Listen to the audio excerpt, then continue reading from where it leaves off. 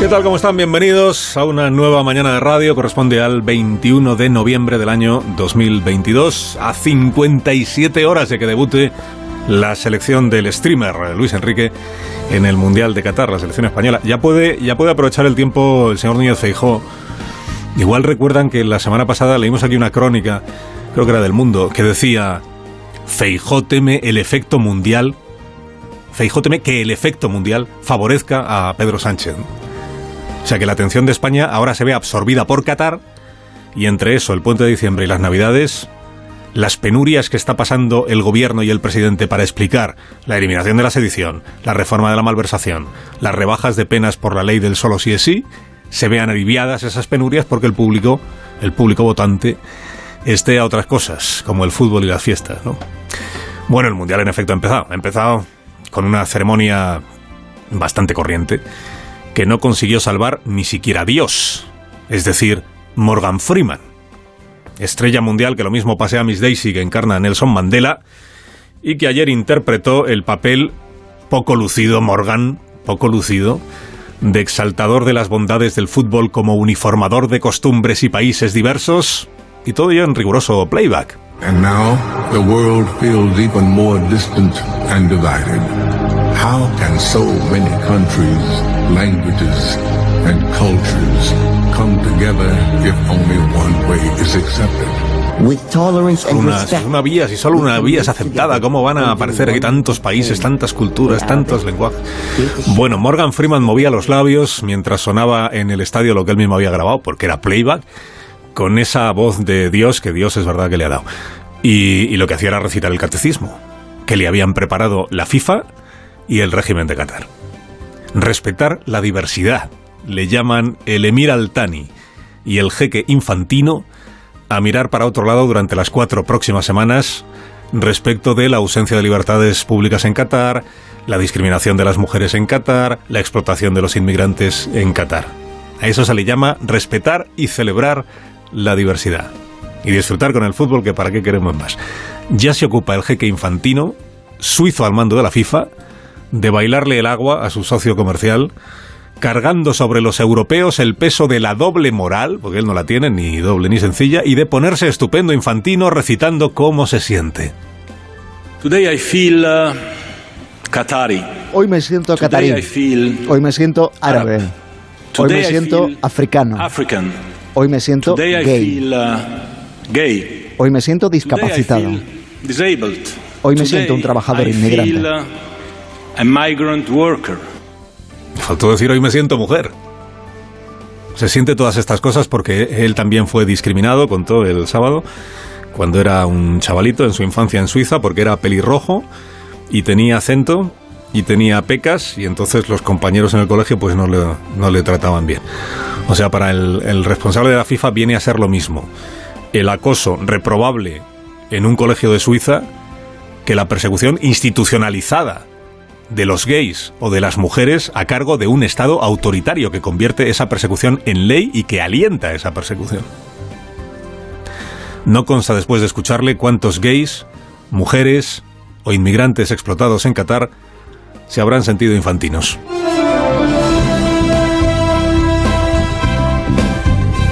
El fútbol manda ya esta semana, es verdad. No sé si será en socorro de Pedro Sánchez, que la semana pasada fue de más a menos, y que confía en que esta semana para él vaya de menos a más, o sea, todo lo contrario. ¿Por qué? Lunes de la semana pasada, acuérdense que estaba el presidente luciendo camisa balinesa en el G20, una cumbre internacional de esas que le suben la autoestima. Bueno, le suben. Entiéndame, subir a veces ya es más imposible casi. Pero bueno, que empezó la semana pasada con el G20, pero se le torció pronto la semana al presidente, que si el delito de malversación, que si las rebajas de penas por la ley del solo sí es sí, que si el desconcierto en el PSOE y la cruz de navajas entre el yolandismo y Podemos. Bueno, esta semana espera el gobierno que vaya justo al revés. Esta semana empieza, todavía es verdad, con la herida abierta de las reducciones de pena por la ley del solo sí, y sobre todo con la reacción aquella que tuvo Irene Montero, o todo el Ministerio de Igualdad en realidad, culpando a los jueces machistas de que no saben interpretar una ley magnífica y todo aquello. Comienza con eso que todavía colea, pero también con el debate parlamentario de la ley de presupuestos. La ley de presupuestos saldrá aprobada en el Congreso el próximo jueves. Aprobada y con una mayoría parlamentaria muy holgada, como ocurrió en las ocasiones anteriores. Y eso permitirá que haya una celebración ostentoria, que diría Jesús Gil, de los grupos gubernamentales en el Congreso de los Diputados. Dices, y con razón, es verdad, y con razón, porque no hay prueba más notable de la estabilidad de un gobierno que la mayoría parlamentaria que le permite aprobar las cuentas. Con la única excepción de Mariano Rajoy en 2018, que recién aprobadas las cuentas dejó de ser presidente de forma también bastante estentoria. Bueno, Pedro Sánchez va a vivir el jueves un día de triunfo político, que nada restará ni añadirá al desgaste que viene sufriendo su gobierno por el uso y abuso del Código Penal. La paradoja de estos últimos días está siendo ver a Podemos invocar la autoridad del Tribunal Supremo como intérprete de las normas, en la confianza que tiene Podemos de que sea el Tribunal Supremo quien tapone la fisura por la que se han colado algunas rebajas de penas. Es paradójico. Es paradójico porque no se recuerda que Podemos le reconociera esa misma autoridad doctrinal al Tribunal Supremo en cuestiones penales y jurídicas cuando el juicio del procés, cuando la sentencia del procés, cuando el informe contrario a los indultos del procés. Es paradójico porque debe de ser que al llegar al Supremo los jueces se sacuden el machismo de las togas y se sacuden también la falta de formación que Podemos les viene atribuyendo. A ellos y a ellas, a los jueces y a las juezas. Y es paradójico porque ya fue el Tribunal Supremo quien interpretó la legislación anterior para dejar claro que lo que había hecho la manada se llamaba violación múltiple y merecía la pena máxima de 15 años. Hoy cabe recordar que cuando la Audiencia de Pamplona emitió su primera sentencia, la del abuso sexual, ningún partido político dijo la sentencia no es firme, esperemos a ver qué dice el Tribunal Supremo, ninguno. Y a quienes pidieron prudencia y esperar al alto tribunal, al último criterio, se los intentó llevar la jauría por delante.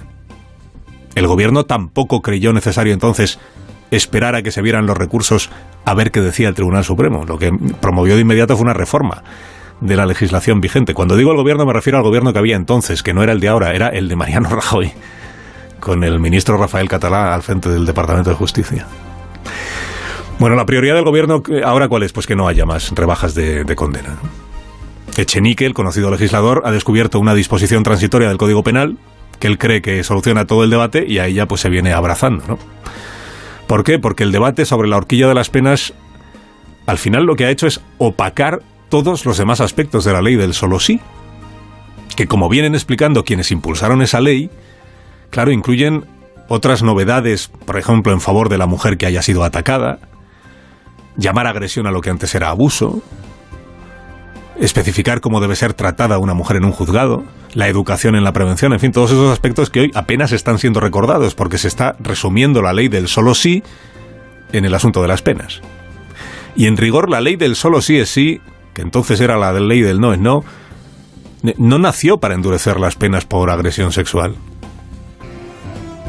Desde el primer minuto, primer proyecto, lo que se estableció fue una nueva tabla de penas que en muchos casos suponían rebajar el castigo que estaba en vigor. Mire, febrero del año 2020, febrero, recién llegado el gobierno de coalición al poder, o recién hecho el pacto de coalición. Febrero de 2020. El diario El País adelantó el texto de la Ley de Libertades Sexuales, el primer proyecto, con este título que hoy nos puede llamar la atención. El título era: la futura Ley de Libertad Sexual prevé rebajar las penas a los agresores. La futura ley prevé rebajar las penas a los agresores. No hubo escándalo alguno en Podemos. Es más, Irene Montero, en entrevista con este mismo diario unos días después, lo confirmaba. Decía la ministra: contra la violencia machista no hace falta un código penal más duro. Lo que hace falta es una sociedad que le ponga freno. Y añadía: el movimiento feminista no tiene una reivindicación punitivista. Porque el discurso de entonces era ese. La izquierda venía de combatir la prisión permanente revisable que impulsó el Partido Popular. El endurecimiento del Código Penal, el agravamiento de las penas era una cosa de las derechas. Y el feminismo no reclamaba eso. No era punitivista. El feminismo no identifica la protección de las mujeres con penas más altas para los agresores, sino con todas esas otras cuestiones que también aparecen en la ley del solo sí es sí. Hoy lo plasman en una interesante tribuna, o a mí me lo ha parecido, 4 profesoras feministas en el diario El País. En contra de la opinión dominante, hay feministas que criticaron esta nueva ley por el endurecimiento de las penas que finalmente sí se introdujo, por el punitivismo. Y escriben ellas hoy, dicen, si el gobierno hubiera apostado por una política feminista no punitiva, hoy estaríamos en condiciones de defender que el problema fundamental no es que bajen las penas, porque eso no hace mal a una ley ni desprotege a las mujeres. Pero mantener la apuesta punitiva en el corazón de esta ley ha hecho que hoy tengamos el debate situado en marcos conservadores que facilitan los mensajes de alarma. Jamás se puede llamar machismo, concluyen las autoras de este escrito, jamás se puede llamar machismo a las garantías penales. La Irene Montero de 2020 admitía con naturalidad que su ley previera rebajas de algunas penas. La Irene Montero de 2022 se encomienda al Tribunal Supremo para que esas rebajas en ningún caso se produzcan. Carlos Alsina, en Onda Cero.